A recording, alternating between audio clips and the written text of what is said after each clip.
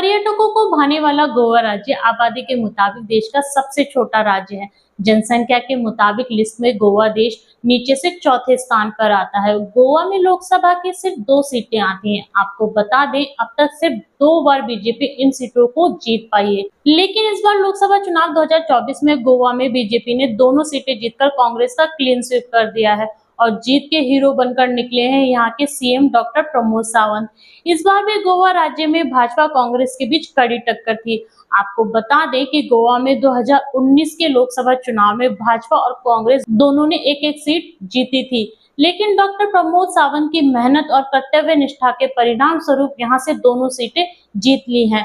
प्रमोद सावंत ने लोकसभा चुनाव में गोवा में पैदल घूम-घूमकर प्रचार प्रसार कर जनता की नब्ज को टटोला और जनता पर अपनी पकड़ मजबूत की।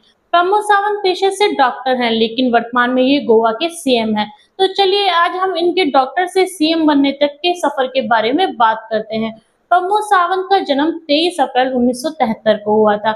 उनके माता पिता पांडुरंग और पद्मिनी सावंत हैं। इन्होंने कोल्हापुर में गंगा एजुकेशन सोसाइटी के आयुर्वेदिक मेडिकल कॉलेज से आयुर्वेद चिकित्सा और शल्य चिकित्सा में स्नातक की डिग्री हासिल की। इन्होंने पुणे में तिलक महाराष्ट्र विश्वविद्यालय से मास्टर ऑफ सोशल वर्क की डिग्री हासिल की। यह जाति से मराठा है। इनकी शादी सुलक्षणा से हुई थी, जो कि बिचौलिम के Shri Shanta Durga higher secondary school में रसायन विज्ञान की शिक्षिका हैं। ये भारतीय जनता पार्टी की नेता भी हैं। वर्तमान में ये भाजपा महिला मोर्चा की गोवा इकाई की अध्यक्ष हैं। ये तो रहा इनका व्यक्तिगत जीवन, लेकिन इनका राजनीतिक का सफर कैसे शुरू हुआ, चलो इस बारे में हम बात करते हैं। प्रमोद सावंत का चुनावी करियर तब शुरू हुआ जब वह 2008 में भारतीय जनता पार्टी के टिकट पर पाली निर्वाचन क्षेत्र के उपचुनाव में खड़े हुए, लेकिन वह भारतीय राष्ट्रीय कांग्रेस के प्रताप प्रभाकर गांव से हार गए।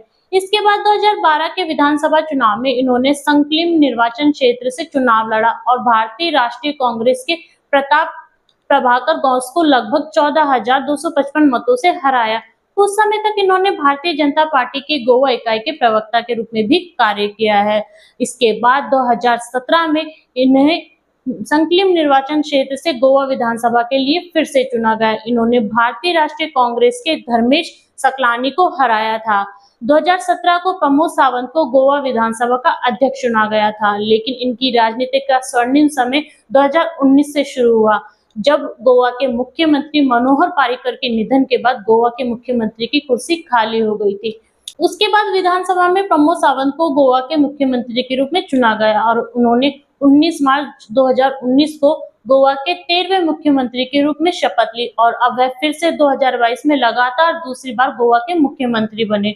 प्रमोद सावंत की कार्य कुशलता और कुशल नेतृत्व शक्ति के कारण ही मोदी सरकार ने साउथ के राज्यों को जिताने की जिम्मेदारी इनके ऊपर सौंपी थी। इनके ऊपर सिर्फ ना गोवा बल्कि कर्नाटक, केरला और तेलंगाना के चुनाव को भी जीतने की जिम्मेदारी सौंपी गई और इन्होंने अपनी जिम्मेदारी को बखूबी संभाला। आज का वीडियो आपको कैसा लगा हमें कमेंट करके जरूर बताएं और हमारे चैनल को लाइक एंड सब्सक्राइब करें और बेल आइकन को दबाना ना भूलें। धन्यवाद।